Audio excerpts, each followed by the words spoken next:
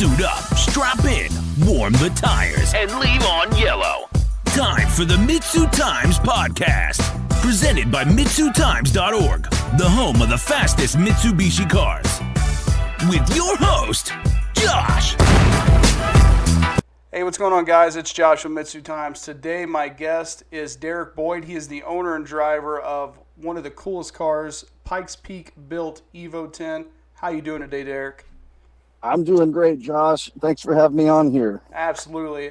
I've said it a million times, but I'll say it again. I mostly talk to drag racers. It seems kind of that's what Mitsubishis are known for in the U.S., so I love to talk to someone who's doing something different. That if somebody out there is looking to do something different with their Evo 10 or Evo even, they have somebody that they can reach out to and someone who they will kind of get to pick your brain for a second and get some more cars out there doing different stuff.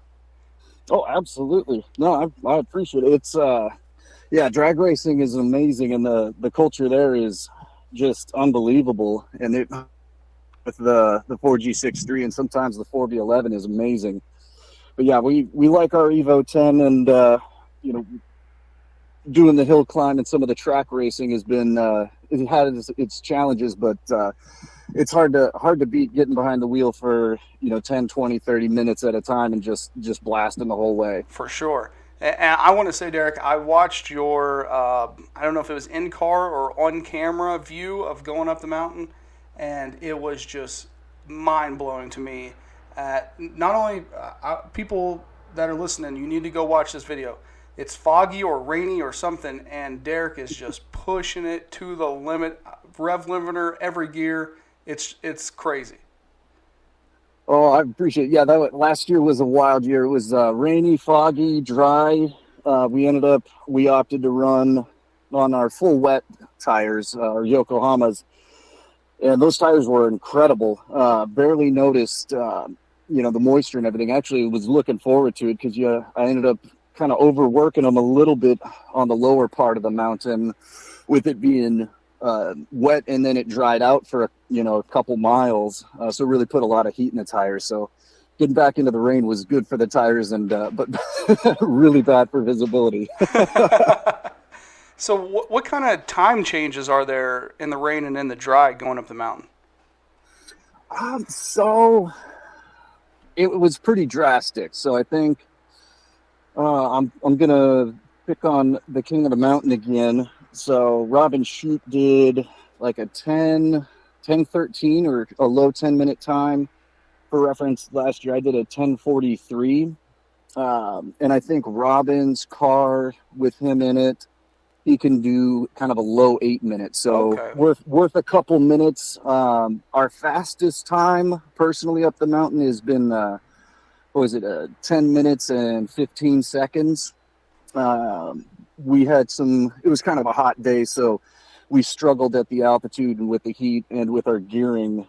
We had kind of long gearing at the time, so very confident our car can do kind of a high 9, probably around a 9:45, plus or minus.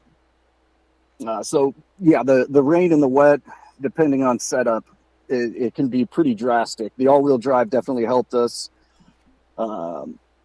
And the tires were a game changer in keeping us on the road. And then maybe a lack of judgment on really pushing on the upper section. But who knows? It was fun. It certainly looks a blast. I know, Derek, I wanted to start off by getting your history of doing the Pikes Peak Hill Climb, because it looks like you've been doing this for a while, and maybe even before the Evo 10 era. We started in 2014 with the same Evo 10, so did it every year with the exception of 2017. We were doing a pretty drastic rebuild that took a little longer, so we ended up having to skip that year. We've been running the same Evo 10. It started, I believe, Rally Red, and somebody had kitted it out with like a whole set turbo to do, I'm thinking, highway racing, and just kind of melted a lot of the wiring harness. So we started with an interesting setup and converted it. We started pretty basic, just get a roll cage, and our target was, get about 400 horsepower at the wheel, and just make it up the mountain a couple times. It's definitely a brutal environment that you don't want to bite off a little bit too much. And really, Pikes Peak's kind of where I started more legitimate racing. I did some autocrossing, when I was in high school, and I've done a handful of open track days and everything. But kind of really started on expert mode running up the hill. Wow.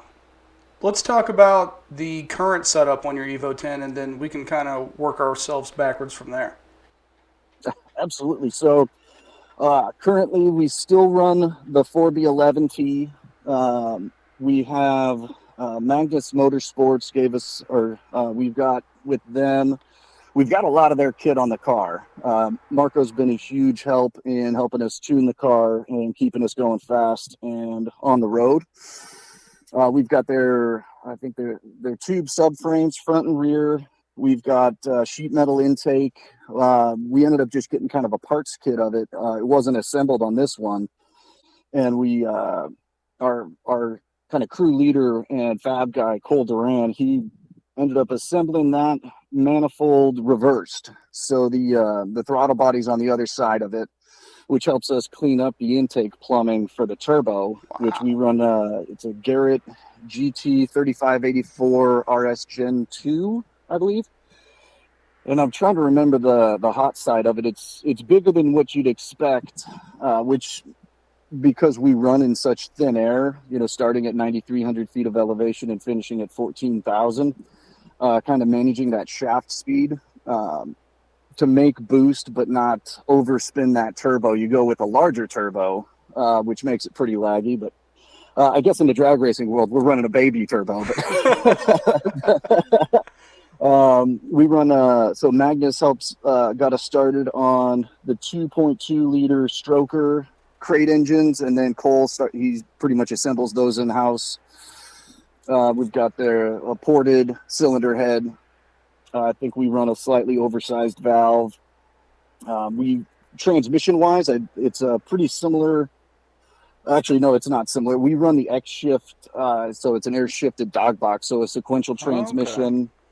So that was a huge game changer in just keeping the focus on driving, not having to worry about hitting the clutch pedal, rev matching, heel toe braking.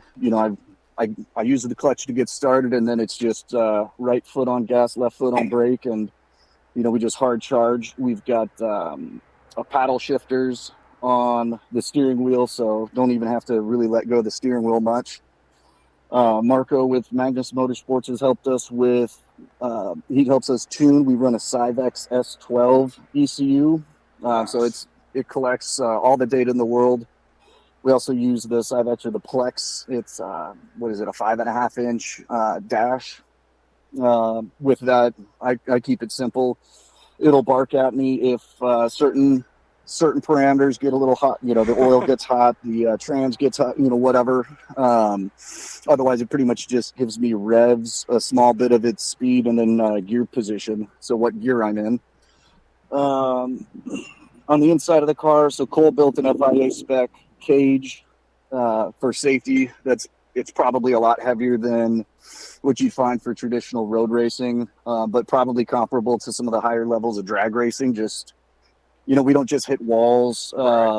If we mess up, we go off the side of a mountain. Right. There's big cliffs, there's big trees, and there's big boulders. So we definitely don't skimp on the cage.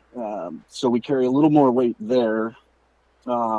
Let's see, Magnus also helped us with their dry sump kit. So we never really had oil starvation issues when we weren't running a dry sump, and we never ran an AccuSump or anything. But running the dry sump is definitely the way to go. We use a mechanical fuel pump for that. The dry sump just gives us the peace of mind knowing that we're always going to have oil pressure. For sure. No matter, what the turning and the braking. And I think we use a 2.5 gallon tank or oil tank for that. A lot of it's kind of bespoke, if you will. It's kind of one-off stuff. We use Brypar Motorsport billet uprights, front and rear. And then I can't remember the gentleman, but We run ceramic wheel bearings. We've gone through a bunch of braking systems, but right now we're running AP Racing brakes. And then I think Ferodo pads. We're going to start putting some caliper paint and temperature readings on it because we're kind of tricky to know if we're getting them too hot or too cold because the pedal is pretty stiff most of the time. Mm-hmm. So it's just the growing pains of changing brakes every few years to a different setup. We run a Tilton 2-pedal pedal box that is you kind of have to get creative on how you build it in there. So Cole built a little framework so that goes in and it still lines up. We run the OEM gas pedal because, drive-by-wire, no problem there. I think we run a Corvette throttle bodies. I don't remember the size anymore. We run it's actually a metal drive shaft, but it's lightweight from Bill's Englewood drive shaft there in Colorado. Okay. Sway bars. We had some. What do we have on those? I think we might be running stock sway bars because the firm ones end up, you get kind of a dead feel in the steering wheel, so it doesn't. The way it rolls with our coilovers, I get enough feedback, but the car's not super rolly. And our coilovers I forget the model, but run a softer spring than what you would run on like road courses, but much stiffer than what you would do for like a drag race. So we don't get a lot of front to rear roll or left to right. But the road conditions on Pikes Peak are very, very dynamic. Up at the top, I mean, have a chiropractor and a dentist on speed dial because it's rough. The permafrost up there means that some of these little bumps turn into, just little mountains because you can get heaves of 4 to 6 inches overnight. So every morning the road's different. Oh, wow. Sometimes it's pretty smooth. Sometimes it's just downright violent. Let's see. I think we just got a Momo steering wheel in there. Maybe it's a Sparco. That's probably the oldest part on the car at this point outside of the unibody. Cole built carbon fiber rear deck lid, and the driver, all 4 doors are carbon fiber, custom built by himself. Wow. He helped build the front splitter, which we had some design help from our buddy Ryan Neff with Zebulon Motorsports. We also run a triple element rear wing that Ryan built for us with these really awesome 3D contoured end plates. It's definitely massive, but we were running a dual element, and that was older. This one makes more downforce and less drag, so it keeps that car pretty planted because the weight split on the car, it's just nose heavy. It's hard to, it's the 10s, I think, across the board. It's tough to get the weight out of the front of the car. So we've deleted our headlights and done just about everything we can. We run a 22-gallon fuel cell, which is the largest that you can run in the rule book. We're probably going to scale that back just a little bit. Because sometimes it's kind of just for ballast to keep the balance of the car better. That makes sense. But we don't really need it. We've kind of got it settled a little bit better, fine-tuning our suspension. But we do need a pretty large fuel cell comparatively because we run, essentially it's about 90% ethanol, which, this is everybody pretty much knows now that you use a lot more fuel, 30-40% more fuel, but it creates so much more exhaust gas that it really helps reduce that turbo lag. Oh, okay. And lets us build boost a little bit faster. Just all that extra volume in the exhaust system is beneficial. You just have to carry some extra weight and some extra fuel. We thought about changing back to, some of the exotic like C16 or whatever the crazy fuels are, but right. This stuff, it's readily available. It's not grossly expensive, and it performs well. And it's got, the octane properties are something like 104, 110. It's great in that respect, so we can still get kind of aggressive on our timing. Heck yeah. other stuff on the car. So it's got a full flat under tray or a flat bottom. So from the splitter to the rear diffuser, it's all flat. So that actually is probably the most valuable aspect when it comes to generating downforce to keep the car glued to the road. That just creates that low pressure system or low pressure zone under the car. And even though it's kind of as aerodynamic as a brick, it does help it hold the road a lot better. With the aero grip, the front splitter is huge. Yeah. The rear wing is huge. Even the side skirts. They stick out a little bit, and then we're probably going to try to seal those off. Probably just get some plastic side skirt stuff. But with how choppy the road is, they end up just getting hammered up there. So it's tough. But yeah, the aerodynamics on the car are great. We've got Lexan windows on the sides and the rear window. The windshield is still like OEM glass. Just from the anti-fog aspect, and also when you get into the Lexan composites, when you wipe them down, you got to be really careful about the cloth that you use, right, and the detergents or whatever, because they end up scratching super easy. You can get maybe tear-offs, but at some point you kind of have to call it. So we keep it simple. We can wipe it off with pretty much anything, and we don't have a windshield wiper or a defroster, so we just use like Rain-X or anything like that to coat the inside and outside to keep it in. You got that hood exit exhaust, you're going to get some oil in there. Yeah, well, it's actually, it's the wastegate's dumped from the hood, but it's actually a blown rear diffuser, so the rest of the exhaust is titanium that dumps into the rear diffuser. Oh, okay.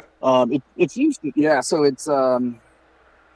It definitely helps the car feel a little planted. So if I lift mid-turn at a lot of, on any long sweeping turn, I can kind of feel the back of the car get a little bit lighter. Wow. A little bit looser. So I couldn't say how effective it is, but it's noticeable, or at least I've convinced myself as such. I think we run, the AP Racing brakes are a little bit large. So we switched to the Koenig Hypergrams. So it's kind of a good balance of, they're light, they clear big brake kits, and they're not ungodly expensive. Right.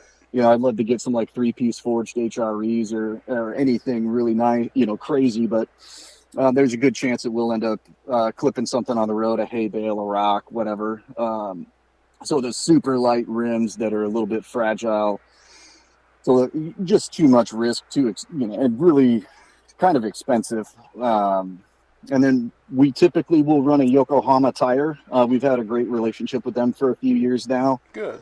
And then when we run in some of the other events with Global Time Attack or Grid Life, Global Time Attack's a spec Yokohama tire, so that makes life easy. Otherwise, if they're in short supply or we're just shaking down, we'll put just about anything on the car. But the Hoosiers are also a great tire. No argument.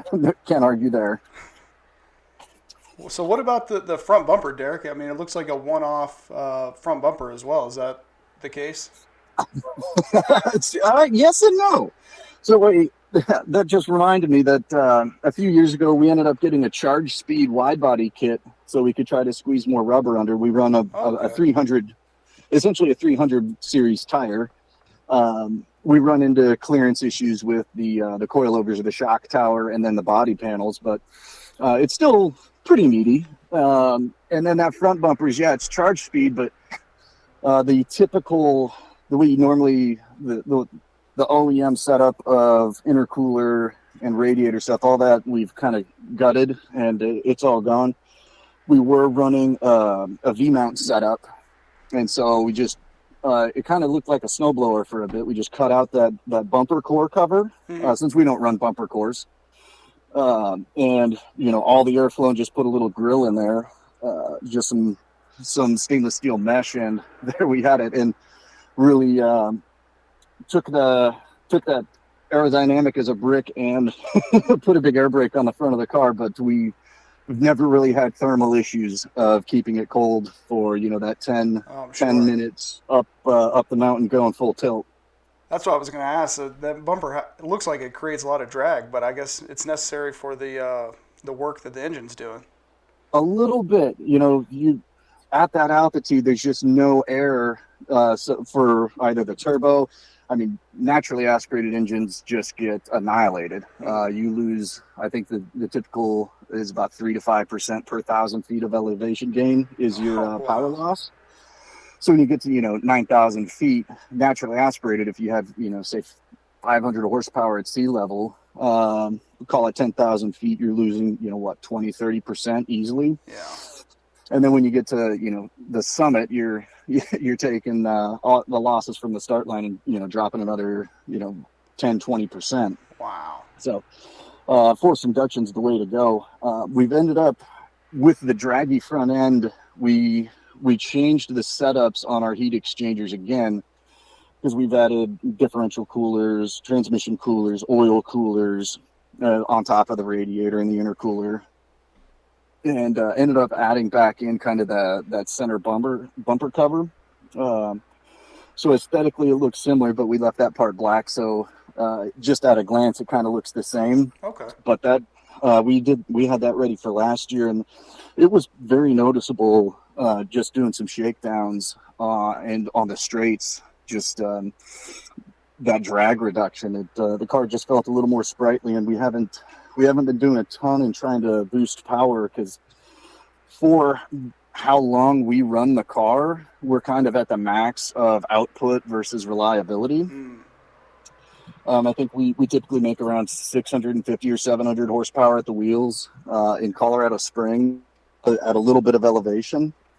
But what, we haven't found anything. I'm sure it's out there, and I'm sure there's plenty of folks like, dude, just get a different girdle or get, here's this part that'll strengthen the cylinder head. But after 5-10 minutes of running, the aluminum, we chew up like our number 3 bearing, and we think it's just kind of related to the torque of the engine. And, we've got damn near solid engine mounts.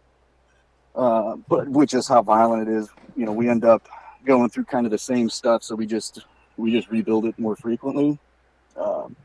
We were thinking about ways we could strengthen the block so that it's a little more rigid, but an aluminum block, you save the weight, but it's it's definitely not as tough as an iron block. Yeah, but I feel like we're really starting to see.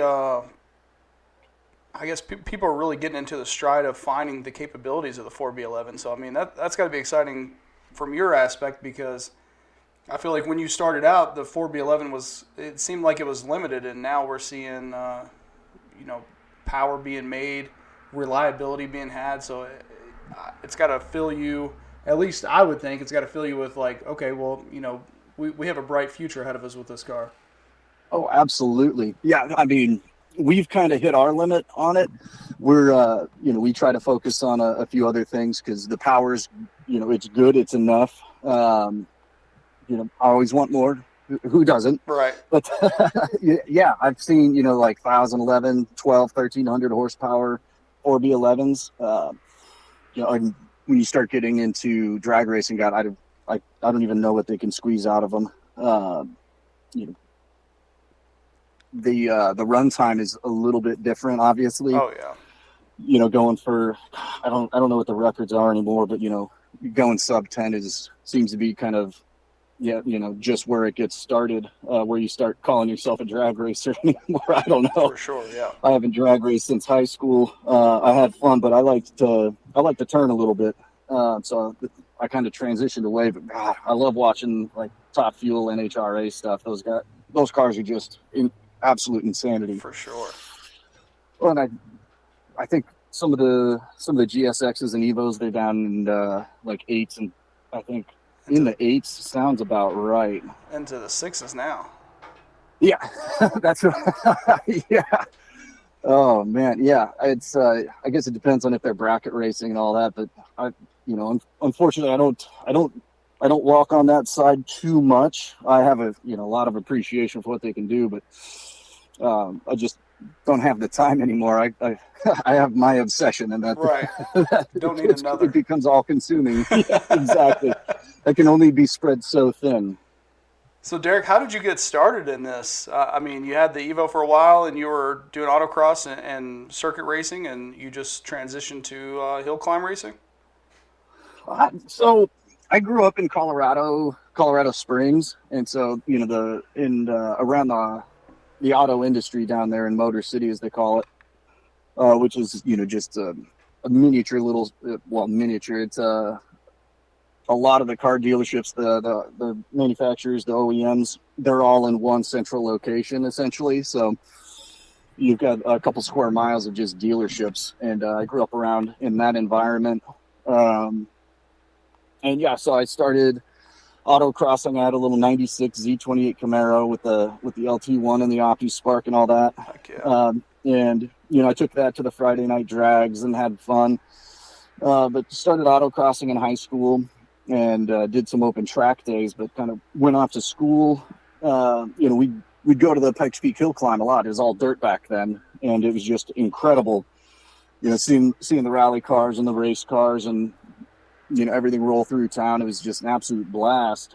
And kind of went off to school and fell out of racing for a bit, but still like to wrench on cars. We'd buy wrecked cars and take them apart, sell the good parts on Craigslist and eBay back. That was a while ago when you could do that, but it helped me get through college. And then we ended up with the Evo that had kind of gotten a little beat up. And my dad's like, "Hey, you want to build a Pikes Peak car?" I was like, "Absolutely!" Just eyes lit up, and we started small and just went crazy, but. Yeah, I hadn't done much racing. Just essentially did a crash course to get back into it. Maybe crash. We don't like to say crash, do we? But just really, hunkered down, focused, and did a ton of prep work. But was super fortunate to get into the hill climb back then. As anybody that's been looking into it lately, it's the speed. As it's been paved and it's all asphalt, the road is narrower and the speeds are much higher, and the margin of error is a lot less. So they've gotten to be, the selection committee has a very difficult time. And they don't let a ton of competitors in, so that people aren't getting off the mountain at 10 p.m. Right. So it gets it's very selective, and it kind of needs to be, because the risks up there are very high. Astronomical, yeah. Yeah. I crashed in 2015 on my second year, and it was, I couldn't get any luckier with how it all panned out. I'd made it maybe a mile and I didn't get my tires warm yet. And I overcooked the turn and just went sideways, went off the side, and there was a little sapling that turned my car from, doing some barrel rolls down this little embankment and just landed me right into an access road. So it looks like I just pulled off and parked. I ruined 3 rims, popped all the tires, and there's one little dent on like the kicker panel on the passenger side. But overall, far less than I had some bruised ribs. Oh gosh, yeah. I mean, of all the possibilities, I ended up driving the car back to the pits at the end of the race. I mean, that was super lucky, but very humbling at the same time. That's amazing.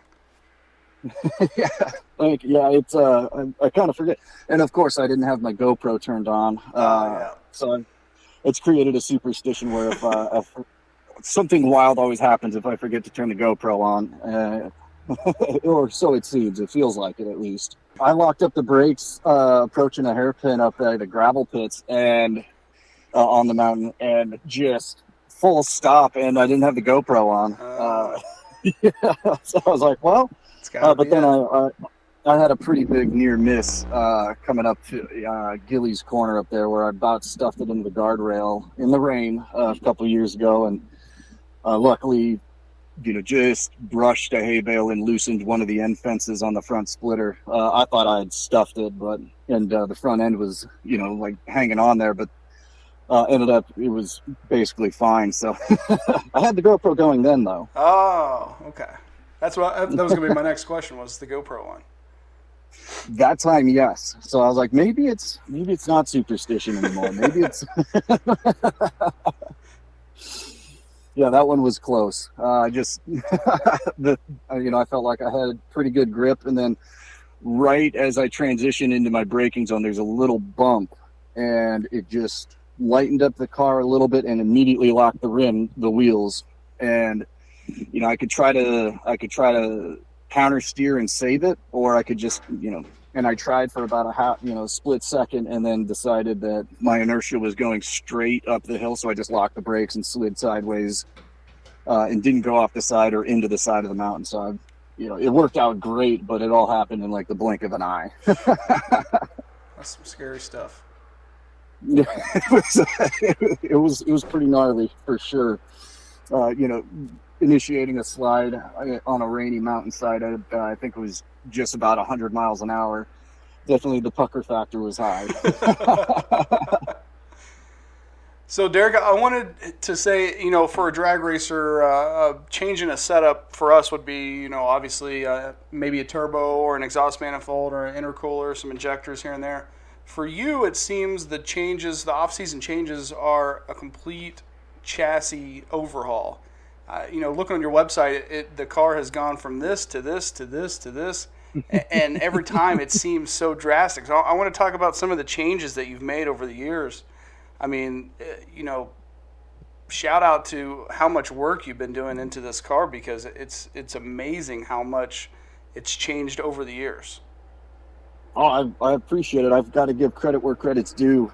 Cole and the guys, they don't let me work on the car anymore. They say, just drive it, man. Just drive it. So I can't take credit for their hard work. They put a lot of hours in, but after each year, we're like, this is, we're like, okay, we're done. I don't think we can do anything else to the car. And then we do Pikes Peak again. And then right after that, we're like, how do we go faster? How do we make it faster? The endless rabbit hole. And so every year we come up with something. In the beginning, we had, a basic transmission that we had rebuilt and made strong by Jack's Transmissions down in Colorado Springs. We had just a custom built engine. We ended up breaking all the oil squirters off because they didn't properly clearance them when they put the pistons in. Yeah, I mean, simple stuff, but we were learning. We always learn the hard way, it seems. But we started with that, and then we had safety kit, and we ran E85. So we had our basic safety, our fuel cell, and all that. But it was widely stock. No aero. Stock brakes, just different pads and steel lines, steel braided lines. Yeah, we did okay. We finished at 1140, I think 1143 or something, which not bad, for a rookie. And with essentially, we had about 400 horsepower at the wheels on an Evo 10, and we weighed like, we were heavy. We weighed like 3,500 pounds, I think. And then we wanted to go faster, so we put we got a front splitter and a rear wing, and tried to put the car in a little more of a diet.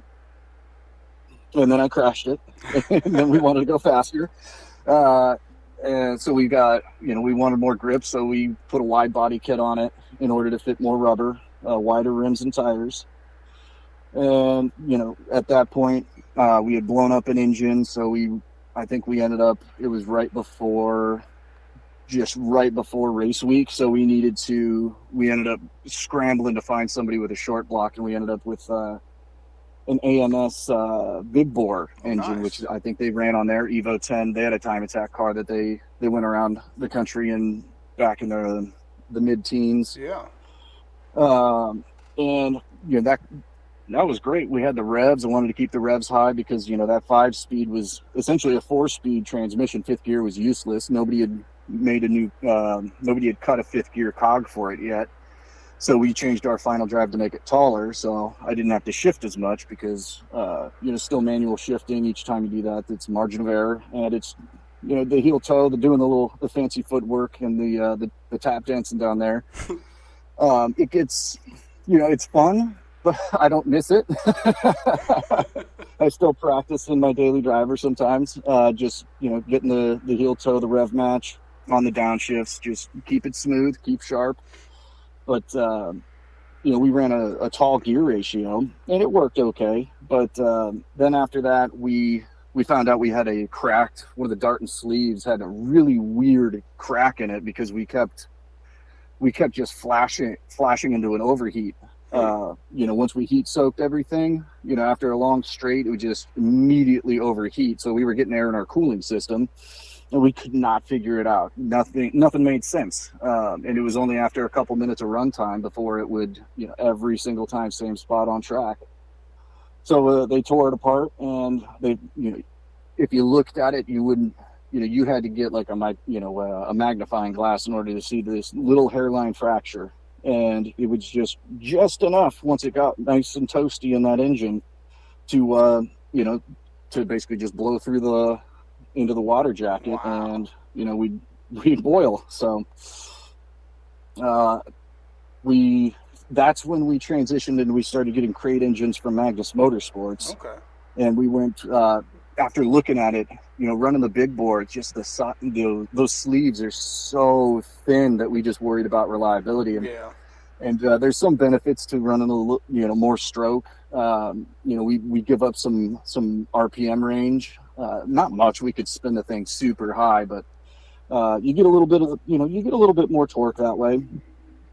Right now I think we spin it up to 8,500 RPM. If we need top speed on a track, we'll raise it to like 9,000 RPMs. Which some guys are those are rookie numbers, but we think I think it's fun. It sounds good for sure. And then it was chasing the aerodynamics in the brakes game. We when we did a major overhaul when we missed 2017. We rewired the car, so no OEM harness anymore, just a totally custom harness, and that worked. But then when we went to the track, we found that's when we learned about our overheating issue on that cracked sleeve. So it was a bad year all around. And then since then we had some issues with that wiring harness, so we got it redone. Greg out in California, he wires cars. That is what he does, and he was an artist. The new wiring harness is perfect. We upgraded the ECU so we have more data channels, so we can run sensors out the ears. It handles the transmission control for the air shifted sequential.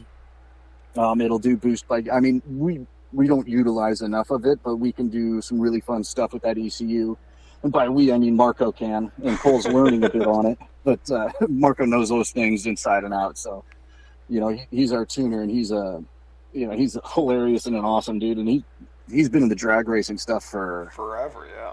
Yeah, for a lifetime. So we're very grateful to have him helping us out. And then we just started chasing the brakes, weight, and aerodynamics. We tried carbon brakes, so those things were awesome. It was like maybe 4 pounds a rotor, which in drag racing, I've seen some of the drag racing brake kits, and it looks like it's scary how small they are. But they're super duper light. But if you got parachutes and big slicks on there, yeah, exactly. It's impressive, but we're slowing down from 120, 130 multiple times, and negotiating 156 turns. Right. Where the posted speed limit's 25, 35 miles an hour, and we're averaging 60, 67 to 73 miles an hour, depending on the conditions. So, you don't want to find out that your brakes are squishy or not there. That is not fun. So we just always made sure we had good brakes. The carbon ones are amazing. The weight, their thermal capacity is, it was great for the car. They're just, they're very bespoke and kind of expensive. And keeping them in their optimal temperature range where they don't wear out is, we couldn't figure it out, and we were tired of spending the money trying. So we went back to a steel brake, which is, they're great. The AP Racing stuff, I think Essex Motorsports helped us with that kit. helped us size it in. I mean, that stuff's been great for the past couple of years. We just got to play with the master cylinder to get a little bit different pedal feel on it, since that's the fun stuff we get to do with road racing. Right. The brake pedal feels a little weird, so we got to figure that out. You got big old brake duct coolers in the front too. Yeah. Yes. That was for the carbon and the steel, because brake fade is just a nightmare, and we don't anything to prevent that. On the flip side, we might be overcooling our brakes for all we know, so they're not getting hot enough. So it feels like they're not working right. It's just the learning curve. So they make caliper paint, little things that you put on the calipers that it'll change color as soon as it hits a certain temperature. So we can say, we're cooking the crap out of them, or they're ice cold the whole time, because we're not. The deceleration G-forces are not, they should be higher, especially, in a lot of the straight braking zones. And with the aero, we can really load up on the brake, on slowing the car down, and we're just not hitting numbers I would expect. So, chasing data, we just have a lot more data points that we typically try to juggle through. And sometimes it's just, I don't care about any of it, just got to focus on the drive, because if I'm thinking about something else on the mountain, I'm probably going to be driving off the side of it. I'd rather avoid that. For sure. 1,000%. But yeah, the aerodynamics were huge as we started to dial those in. That is a big leap of faith. The trust game on aero grip is very, very fun. And I don't know how far into that, that zone of trust of aero grip.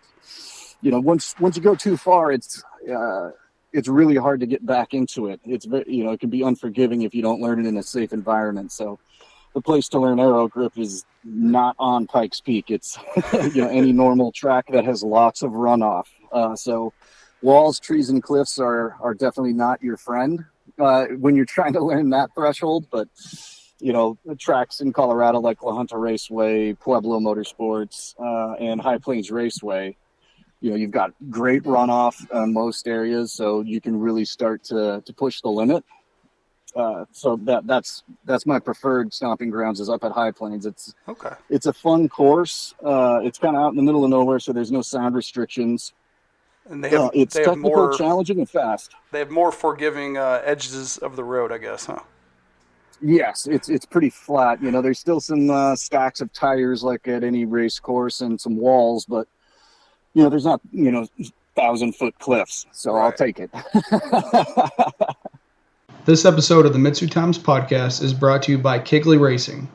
Kigley Racing is home to the world's quickest and fastest front-wheel drive Mitsubishi. Kigley Racing produces the original 4G63 Beehive valve spring and other exclusive race-proven 4G63 engine and drivetrain components for the DSM and Evo. Kigley's only acceptable quality outcome is the most reliable and highest performing parts and systems on the market. They have been a pioneer in the Mitsubishi performance community for nearly 30 years. They have what you need to make your Mitsubishi fast as well as reliable. Check out all their products at KigleyRacing.com.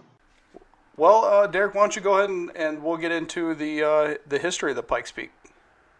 Okay, so Pikes Peak is the second oldest race in the United States. The only one that's run for longer is the Indy 500. Oh, wow. Pikes Peak started back in 1916. So let's see.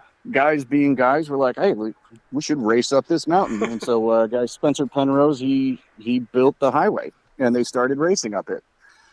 In the first times, I can't remember, but it was a far cry from 15 minutes. I think it was 40 minutes, or maybe some of them were hours.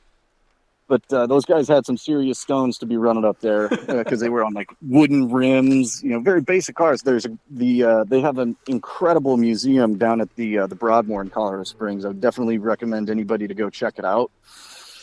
They've got pieces of history from kind of all the generations. So obviously it started off as a dirt race, all asphalt. So a lot more sliding and a lot more plumes of dust. And then, let's see, in the late 90s, it was, what was it, around like 97, maybe. There was some environmental concerns about the gravel runoff. The race has been canceled only a couple of times due to wars or forest fires. So the 100th anniversary was 2016, but the 100th running was 2022. And I feel very fortunate I got to compete in both of those great milestones. But yeah, there was a lawsuit against the highway due to all that gravel runoff impacting some of the local streams and the wildlife in those ecosystems. And, at the time, everybody thought, what a joke. It's Pikes Peak. It's dirt. It's always going to be dirt. But they ended up winning that lawsuit. It was the Sierra Club, I think. So they won, and you had two outcomes then. You can pave the mountain, to mitigate that gravel runoff, or you can not have a highway anymore. It's your choice. So not a tough choice there. So they started paving the road a mile at a time, kind of scattered about, and they give them about, they'd be able to pave about a mile a year. So the last year, it was fully paved, I believe, in 2012 or 2013. Yeah, so it took them a while. I didn't realize that was that recent. Yeah, for a long time, there was sections of asphalt, so those guys had to, your tactics were when you have, naturally aspirated or two-stroke engines or carburetors, do I jet for the bottom or the top or the middle? Tire choice, how much is paved? What are the conditions? How's the gravel? Is it chewed up or is it pretty compact? So the tire game was totally different. Everybody, chased after kind of a Pikes Peak special. And then once it was, so chasing those setups was wild. But the G-forces and everything acting on the cars was a lot different when it was gravel. Any impact is going to be huge and to be avoided, but the cars weren't under so much strain because there wasn't as much cornering forces. So once it was fully paved, the grip levels are through, just went up tremendously. Yeah. So, some guys can corner, at like over 2 Gs of cornering force. And from there, we have less road. We don't have any of the gravel shoulder. It's more crown, so the road's skinnier, but the grip levels are way higher, so people are going much, much faster.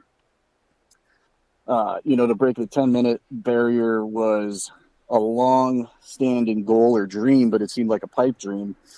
And it was Tajima, I think, was the first one to break out of 10 minutes and go with a 9-minute time. And I don't remember the year that was anymore. It was in the mid or late 2000s. Oh, wow. So before the whole thing was even paved. Yes. Wow. Yes. So a lot of guys got close, but yeah, a lot of it was paved, but no, he did an impressive job. And then even since it's been fully paved, I think only 30 or 40 drivers, if it's that high, only about that many have since broken out of, sub 10. Some of them have gone vastly faster. Sebastian Loeb with the Red Bull Peugeot in 2013 shattered the previous record by, over a minute and a half. He did it in 8 minutes and 13 seconds. That one was wild. And then a few years ago, Romain Dumas reset the record with 7 minutes, 57 seconds, which is, unbelievable in that the Volkswagen IDR fully electric, just monster. We are still chasing to break out of that, go sub 10. And I think, we're confident the car can do it and I can do it. It's just the conditions, because every year it's different and there's no guarantees. Yeah. We get that one race day and that's it. If it's raining, snowing, whatever, that's just what we got to deal with. And it's usually like perfect weather all week. And then race day, it's terrible. Yeah. That's the kind of, I joke that we're cloud seeding throughout the week, with our early morning practices, and it always brings weather on Sunday. And I'm sure I probably heard somebody else say that and it stuck, but there's a weird logic. Yeah.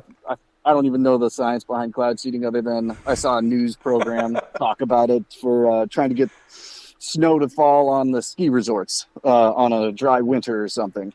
Huh. But, maybe it's a real thing. But yeah, last year we had, pretty atrocious weather. It was a gorgeous week. And then the year before that we had, let's see, was it 2020? One year there was like 3 inches of ice, so we had a shortened course. Holy cow. No, that was 21. I think we had the short course, so we raced up to Devil's Playground. And then the year before that was COVID.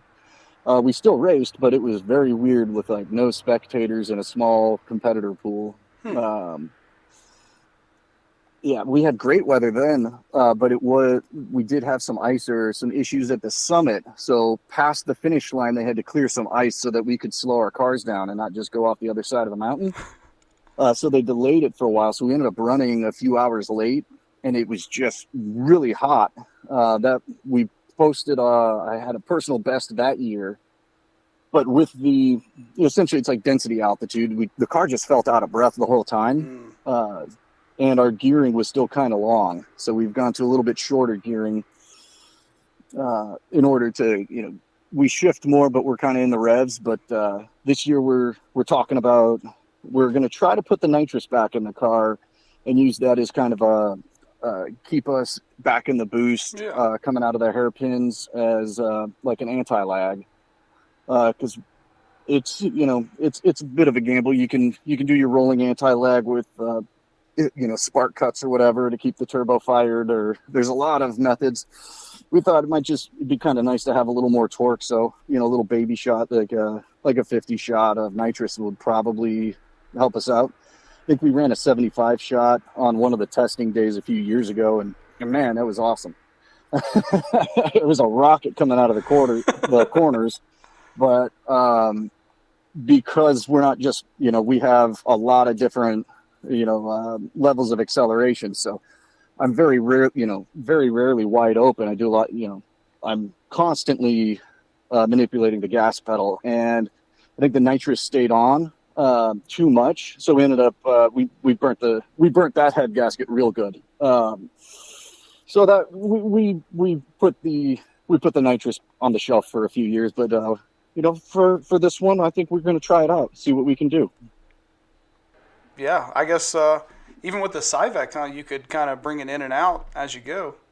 Yeah, exactly. Yeah, we're going to essentially have it triggered on, RPM and boost and maybe throttle position. But yeah, we can have that thing programmed, the solenoid. We'll run a bottle heater, and yeah, we should be able to rip pretty good if we get it sorted out. We're going to try to do some testing here in a few weeks to make sure we're comfortable with it, and that getting to the top is always the first priority. So if it means no nitrous, it means no nitrous. We keep we keep 2 engines typically in stock. So if we torch one, then absolutely no nitrous. But if everything's looking good with just a little baby shot, we'll give it a go. Heck yeah. Yeah, and there I was on the history of Pikes Peak, and I got on a tangent. Happens a lot. It's all good. So, Derek, I wanted to talk about, they used to say that the Evo was a rally car for the road. And, some might argue that's not necessarily the case. But I want to talk about the struggles that you had turning the Evo 10 into this rally car for the road / grocery getter into a hill climb machine. The big struggles with the Evo 10 are weight. It's a big girl. She's got wide hips. She's a big car compared to, the 8s and 9s or any older generation. Cause I don't really care about the debates on if it's a DSM or if it's really an Evo. It doesn't really matter. It's an Evo. It says so on the car. So That's good enough for me. But yeah, it's vastly different. It's a big car. I think they had like foam injected into the unibody for sound deadening. They were trying to creep in on if I remember, they were trying to capture some of the market for like your Audi S4 and your BMW M3. Yeah. And we kind of see the same things happen with Subaru as the WRX and STI have gotten kind of bigger and bigger, More and, comfortable, more refined, more comfortable, but they're heavier. So weight on the Evo, because some of them are almost off the showroom with leather and the Recaros and the sound systems and everything else, it would be almost 4,000 pounds, I think. Some guys have gotten them to like 27, 20, and less 100 pounds, but they, I'm very, very envious of those low number weights. I'm sure some guys have gotten them crazy light, but we have to pack a lot more safety stuff into ours, and we can't run baby heat exchangers or like radiators or no radiator and just fill the block with polymer or whatever, because we've got to be able to cool it off. Right. Weight has always been the trick, and then kind of parts. The part supply has always been tough, so we've relied on really kind of just having to build our own stuff.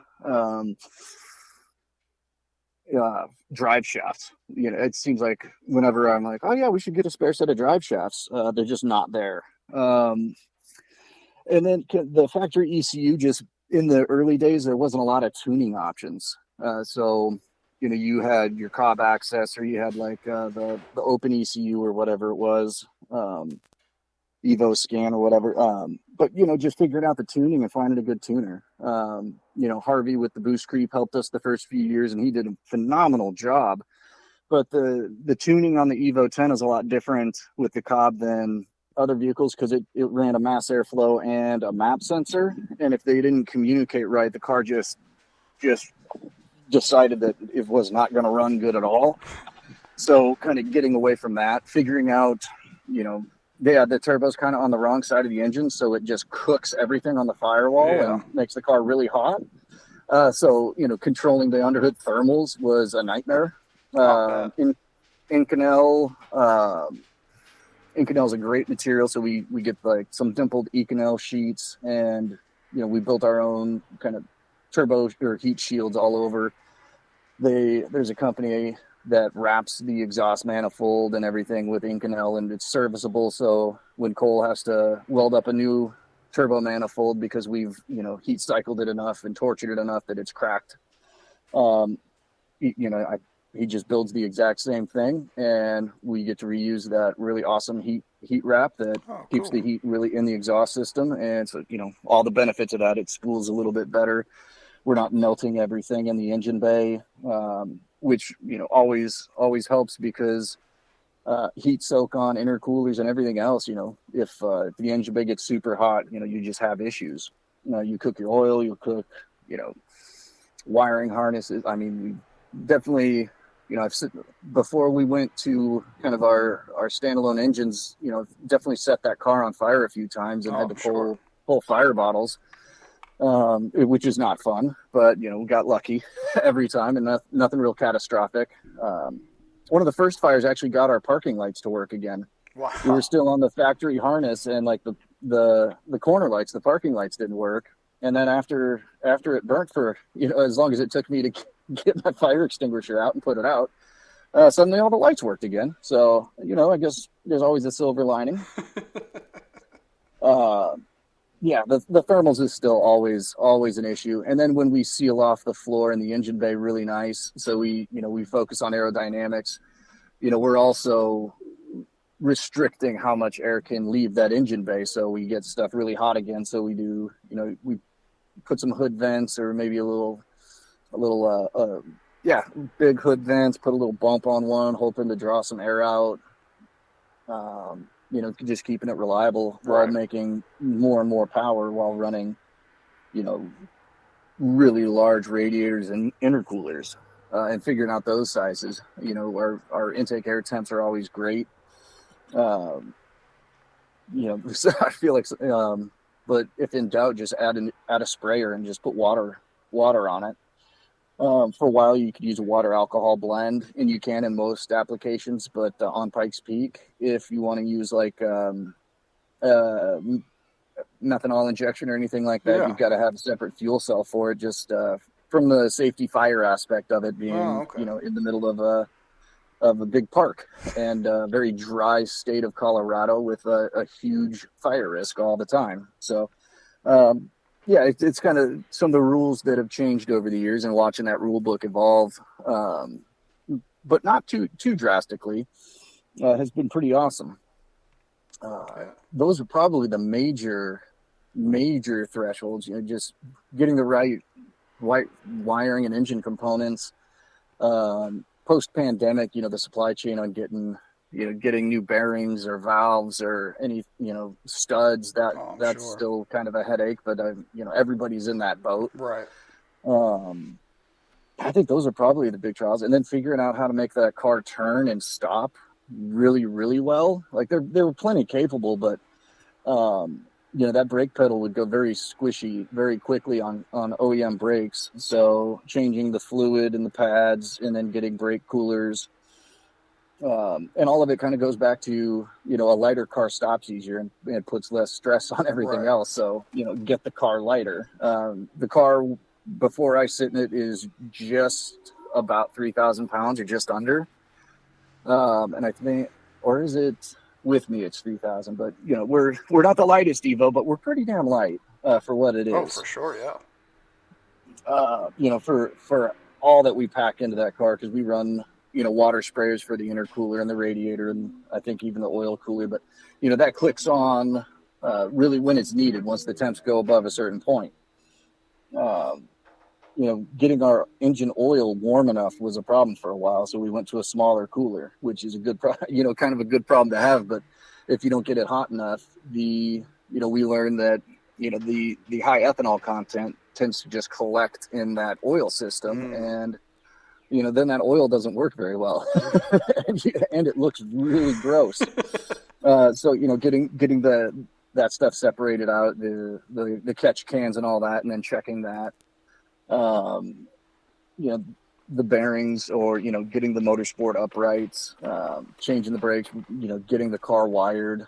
Fuel pumps were just a nightmare for a while for us. The in-tank one, obviously, once you put a fuel cell in, life gets a lot easier, but until it doesn't. And, you got a lift pump, and then, do you run, that additional tank? I can't remember what it's called anymore, but like pot.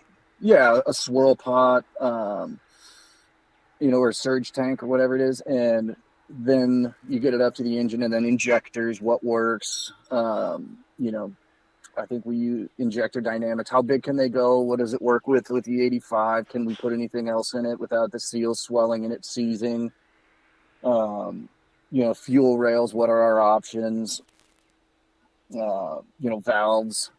We run kind of a softer valve. It's nothing too bespoke, but when it gets really hot or there's any issues, they just bend rather than just like shattering or exploding like the sodium filled valves and such. So, we bend valves, but we don't have to, always be replacing the whole bottom end and, everything else because in cylinder heads, because we chewed everything to pieces. Right.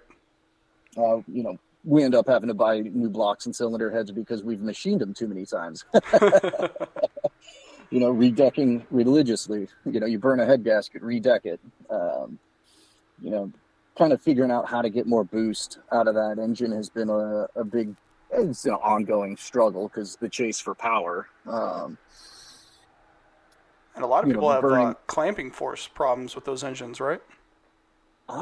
Yeah, I believe it. We lift the head pretty easily. I mean, only between 34 and 40 PSI, we end up we lift the heads after a few minutes of running. Yeah. But running down a drag strip, that's it's not the same problem. You can run more boost or you can O-ring it. But yeah, with aluminum on aluminum, if you try to clamp it or the head studs, yeah, sure. It's, you'll run into issues. Right. A lot of that stuff gets to be more Cole's world because I don't build the engines. I haven't built an engine in decades. I probably could, but it's not worth me learning when those guys are so good at it. Right, for sure. If somebody's already perfected, you don't need to redo it. Yeah, I mean, I can fix my lawnmower engines just fine, or dirt bike engine if I had one. but beyond that, and I will let the artists work and keep being great at their craft. There you go. Yeah, the 4B11 is great, but when you run it, when you're just keeping it at, trying to keep it at 8,000 RPMs for 10 minutes straight, essentially, you get a whole different set of problems than, having 3 times the power, but running a fraction of the time. Right. It's just kind of a stress life on anything. But, you can only have so many redundancies on a system before it becomes, bloated and overweight and, counterproductive. Right. But we don't have spare. We don't have like backup fuel pumps where if one fails, it automatically switches over. It'd be nice, but we'll take our chances on not carrying the extra 20 pounds. That's what you got to do. Yeah, keep it simple. And at this point, it's for as complex as it is, it's still it's a simple car. It's still just an Evo. I remember when we first started, the 10s, people weren't really weren't thrashing them too much, but we weren't the first to do it. But I think we definitely have one of, if not the fastest Evo to go up Pikes Peak, and we look to improve on that, and hopefully have and see other Evos go up there as well, because I've always enjoyed them. They're a great car. I got to drive one of the first Evos that got shipped into Colorado way back. Oh, when was it? And was that I don't even remember the generation. I was in high school again. And it was the fastest thing I'd ever driven. The 8. Yeah. I mean, it's the fastest thing I'd ever sat in or driven. It was just, it was like mind-meltingly fast. And just got to drive essentially a test drive, and then that was that. It was yellow, and it was awesome. Seems like all the early ones were yellow for some reason. Yeah, they were yellow, white, or like blue. Yep. Because they had that really great blue color as well. But yeah, a lot of yellow ones. They had good colors. I kind of miss ours being Raleigh red. That was a great color. But then we wrapped it in black, and then we media blasted the whole thing to save some more weight. And then I don't even think we maybe primed it, or we just put the wrap on the metal. Because, weight savings, right? Right. So, Derek, you think going back all those years, if you could start over and build this Evo 10 like it is now, you would still do everything the same, or would you think you would jump to a different platform first? No, I think the Evo's been a great car to learn in and drive up Pikes Peak. If I had the recipe for the car that I do now, I mean, I would absolutely do that again. Right. But because I would save a ton of time and money. Redoing the car so many times is, it's like anything, it adds up. But, buying tires and everything like that, that gets expensive. We probably spent more on consumables than we have on stuff on the car at this point. I would absolutely do the 10 again. And with the mountain of cash that I would save, I'd buy another race car. There you go. Maybe an older Evo or like a Galant VR4. I always loved those. Oh yeah, me too. Or just get something wild. Just a prototype or something cool. But there's so many cars that I would have that there's not enough hours in the day to be doing that much. So. It's very true. I remember seeing pictures of prototype 4-wheel drive Starion going up Pikes Peak. Oh, this sounds familiar. I remember Nissan used to bring out GTRs, wow. like an R33, R34. Yeah, a few of them ran up. Just awesome. There's been, the number of incredible cars going up that mountain is just staggering. Right. There's a lot of history. So, Derek, what is it about this Evo 10 that motivates you to keep pushing it? You have it for so long. It's just a permanent fixture. It's been so fun. We know it very well. We know what to expect. Its strong points, its weak points, and it can still go faster. So until we think we can't go faster in it, and until we can prove that, let's see what we can do with it. Yeah. to start over, yeah, there might be better platforms. We could be more competitive because, over one day I'd like to win the event overall. And, but, could the Evo 10 do that? Realistically, no. Just no, through the years of knowledge, I just don't. I mean, it's possible, but it wouldn't be, like an incredible time or anything. It would mean that, some weird stuff happened on race day. A lot of cars broke down. Yeah, or, like last year with the weather, and, either my, my judgment or lack thereof in just pushing really hard in knowing the mountain in zero visibility and just kind of really leap of faith almost. We ended up 5th overall, and we qualified like 17th overall or 18th. Oh, wow. So, I mean, a phenomenal result, and some of that's having the all-wheel drive, but a lot of it's just knowing the road so well. And, I felt I took an acceptable amount of risk on the speeds I went, but that's to each their own, and everybody got different conditions. The fog was never the same for any two drivers, right. So it was, we kind of got, I wouldn't say lucky because I couldn't see very well. My visor on my helmet kept fogging up, so I had to open and close that. The car was denying downshifts, so kind of the fun stuff of, when you get into the tuning game and with a sequential transmission, and some of the struggles of when you're braking so hard, the dog, those dog gears never really get unloaded one way or the other. So it's harder for it to shift or to kick it into a gear. All that, you can do that in any car, but with the Evo, they're kind of, when we started, they were kind of, they were not the most popular Evos at the time because, they were heavy. It did not have a 4G63. So it kind of made it the bastard child of Evos. And now that they're not around anymore, people really seem to warm up to them. Good. I think they're finally starting to get the respect that they deserve from the beginning. Yeah, because the potential in that platform was always great. Unfortunately, we ditched the electric, the AYC and the rear mechanical rear end. So we took an Evo 9 rear end. We've got a mechanical center and front diff. Kusto talked to, his name was like Fred or somebody. He asked me a bunch of questions about, the car, the power levels, and how we drive up Pikes Peak. And he's like, yeah, okay, I'll put together some diffs for you. And those things have been magical.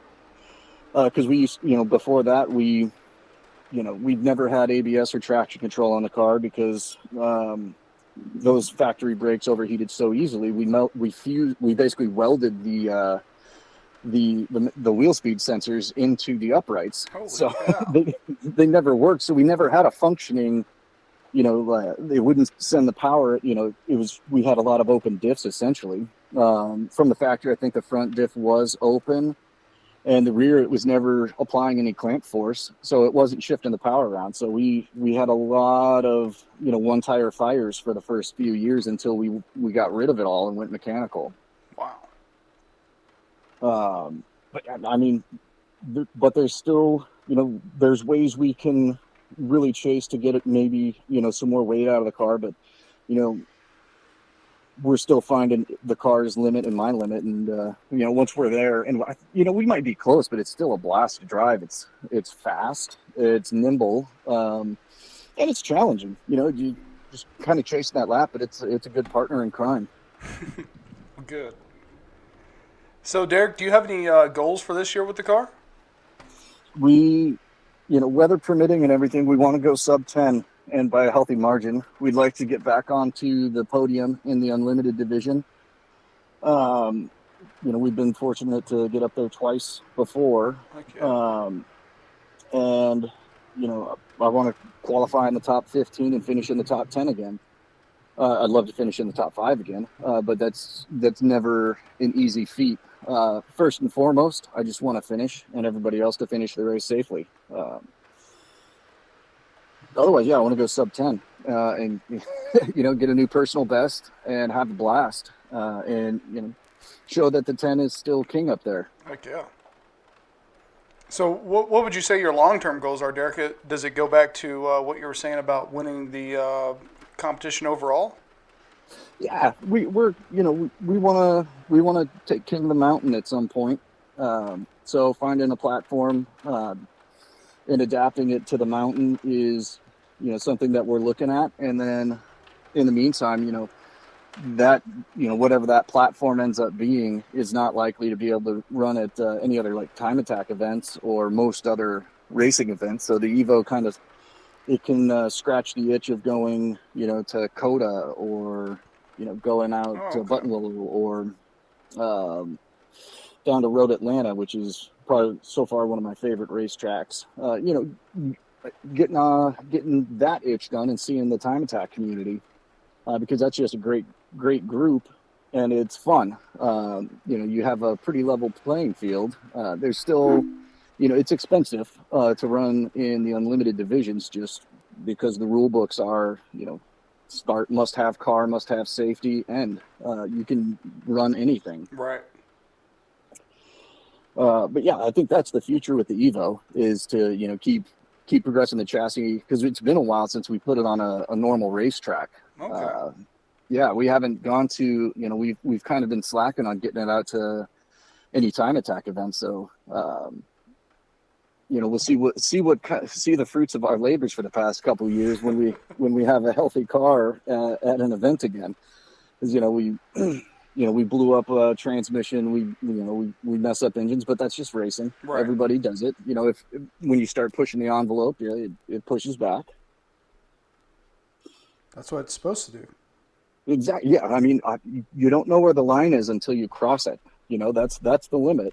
You can guess, and if you're really good, you don't just sprint on by. But overall, at some point you've got to go over the limit to figure out where it actually is. Usually, the best place to do that is on a racetrack where there's nice runoff and it's not a bunch of cliffs and boulders. So that's the simple game plan. So, Derek, is this your first Mitsubishi car, or why did you choose the Evo 10 in the first place? We had a family dealership where it is essentially a wholesale operation. We ended up kind of lucking into the Evo or getting unlucky. We had the car. We got it, and I didn't know about the car until it was, hey, do you want to build a hill climb car? I always liked the 10s. I always liked Evos. But ended up, it went through an auction, and they tried to arbitrate and say, essentially the wiring harness had been torched at this point after the car had been on the road for a little bit. And they're like, oh, no, it has frame damage. They're like, no, it doesn't. Put on like 4 frame machines at different shops, and it's straight, there's no frame damage, but arbitrated. So we ended up being replacing the wiring harness and everything else that it torched. We owned it super heavy, so we kept it, and so we did the reasonable thing, dump more money into a bunch more money into it. And make a race car. That logic checks out. Yeah, I mean, why not? It's not the first Mitsubishi I've owned. We had, for a short bit, I think we had an Eagle Talon, TSI all-wheel drive. It was a first gen DSM. Okay. So, and it had a blown engine, but a good transmission. And we were like, yeah, we're going to build a hill climb car with this. And I got so far as I got the interior gutted and stripped.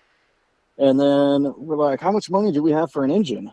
And, we basically pulled lint out of our pockets and we're like, all right, we'll save up. And, eventually we just, we were not so good at saving. Our discipline was lacking. So we sold that car for what we had into it, because it was a super clean shell. It was great. Or maybe it had a blown transmission. I don't remember. But, it had a blown trans, but the engine was fine. But we got rid of it, and it was a good car. That's when you could buy those things for, $1,000, $1,500 bucks for, a roller. I don't even want to look at what they go for now. Ridiculous. Prior to that wasn't the first gen that I'd worked on in our high school English class.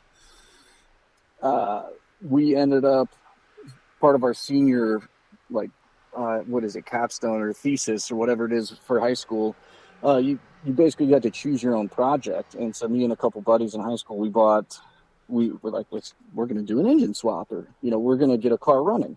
So we bought it. The engine was taken apart because it had blown a head gasket and it was just pieces, but it had a good transmission. So we got the car and it was in good shape. It was a little red. That one was, let's see, that was the Eclipse GSX. And we just got a JDM engine when those used to be everywhere. And we ended up with, the yellow top. So I think it had like the 16G turbo and like the bigger injectors. Okay, yeah. It was out of an Evo. And so we got that in the car and ended up getting, we got it in the car, got everything put together, plugged in, and couldn't figure out how to get it to run. It would not start.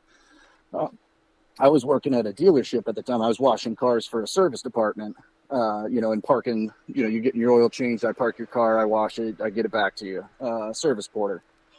Well, we were next door to a Mitsubishi service department. So I went over and I was asking the technicians, like, buddy, I don't know what's going on. So one of their master techs came out, and I had swapped like the injector control module because all those plugs were like exactly the same. Yep. I had two things swapped. So he just unplugged, replugged, and then it fired right up. I can't tell you how many times I've plugged the AC plug into the injectors and vice versa. Yeah, it was there on the firewall, and he touched something, and he was like, good Lord, that's hot. And because, I had it plugged into the wrong box, and so it was just, much longer, and it probably would have ruined that part. But, fired it up. We got an A on our high school English project by doing an engine swap, and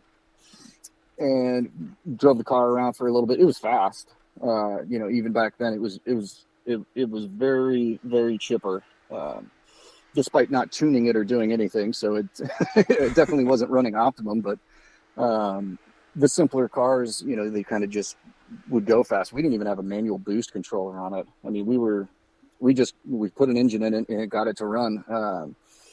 And then we sold it for about what we had invested in it because it got thrashed with a hailstorm out in Colorado. So it was this pristine red car that was now a golf ball. Oh man. So that's really the first Mitsubishi that I've ever, and that's the Mitsubishis I've had. Okay. So Derek, if someone out there, they are thinking about trying to attempt this Pikes Peak Hill Climb with their Mitsubishi, what advice would you have them so they can be as successful as possible? Oh, all right. Let's get cozy because this is a long one. But there's a lot to it. But read the rule book and know the rule book very well. Know the mountain very well. I would say, given last year's result, a lot of that is my experience on the mountain and being comfortable in the Evo. But it's just knowing the mountain. I couldn't see it, but I can pretty much. I've got it very well memorized. I know basically every turn. A lot of them look identical, so know which ones they are and find a landmark that doesn't change. Like a piece of curb or a drain or something. But knowing the mountain, and then be ready for things to get really, really hot and use a fire suppression system. Water sprayers are great to help control your temperatures. If your coolant's getting too hot, put sprayers on your radiator. Same with the intercooler. Those are awesome, but, just take it easy. The speed will come with the comfort and the knowledge. So, just slowly build up the pace. If you try to go out there and hit it 10 tenths, you're going to hit something, but it's not going to be the goal. I'd say that's the big advice. And then, anybody that's looking into it, I'm happy to chat with. I get pretty passionate about Pikes Peak and our Evo and everything. And everybody that goes up there is, essentially y'all become one big family. It doesn't matter if they're another competitor. The first and main opponent up there is, the mountain is your adversary. The mountain and yourself. The mountain decides, they say. So, and then being comfortable and confident with yourself and the altitude. I would strongly suggest running the supplemental oxygen, just because it's, if you start getting a little bit out of breath or, hypoxia or lack of oxygen, just being a tenth slower on your reactions can be the difference of nailing a corner and nailing a guardrail or a rock. Right. So, and just be humble, and everybody up there is out to help you. Pretty much everybody wants it. We all want everybody to make it to the top safe and fast. And, so if anybody needs help, pretty much everybody, if they can, they will lend a hand. We can go into the nuances of the course itself and setups, but that I'd say worry about that after the first year and you make it to the top. There you go. I like that. So, Derek, I know you talked about it a little bit, but I wanted to go over the events that we can see your car at for this year and 2024. We always play touch and go. We're absolutely doing Pikes Peak this year. We've been fortunate to be accepted to compete again. So that's going to be the last Sunday of June, which is like the 25th, but I'd have to look at the calendar. They made it easy. It's the last Sunday of June for about the next 10 years. So I don't have to worry about easy to remember. Yeah, exactly.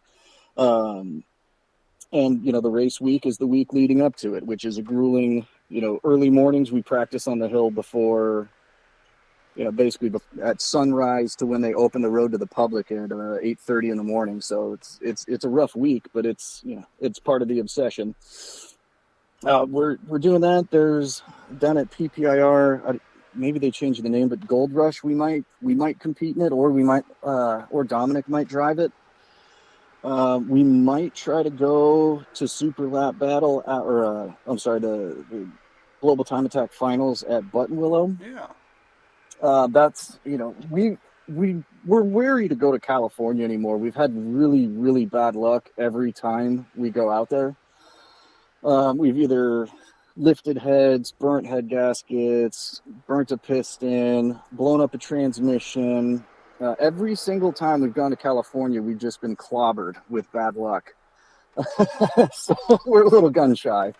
Otherwise, we'll try to get to Road Atlanta soon. I've got to see what the other schedules are. We wanted to focus on Pikes Peak the past couple of years because it's easy to get bogged down prepping for everything else. And then we end up using, we've got to use the spare engine, and then we're going to scramble to have a backup for Pikes Peak. Same with the transmission.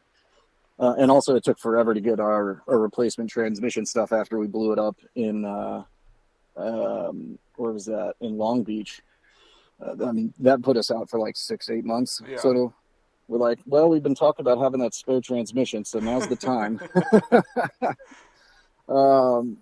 Yeah.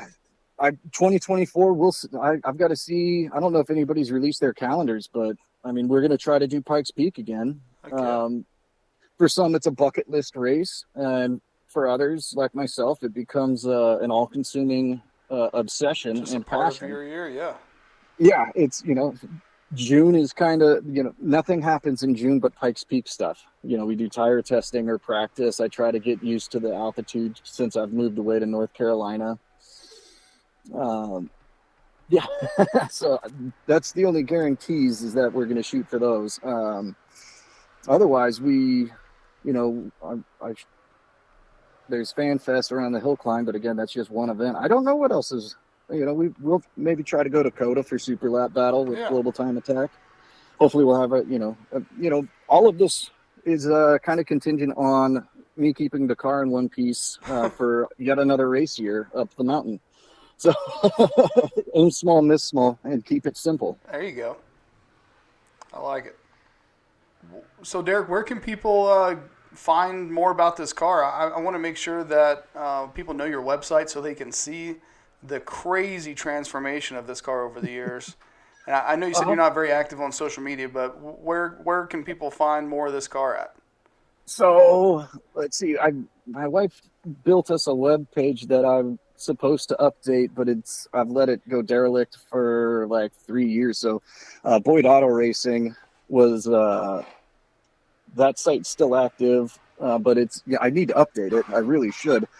And then I've got a YouTube channel where I'll put up some of my laps. I think if you search Derek Boyd Evo 10 or Evo X,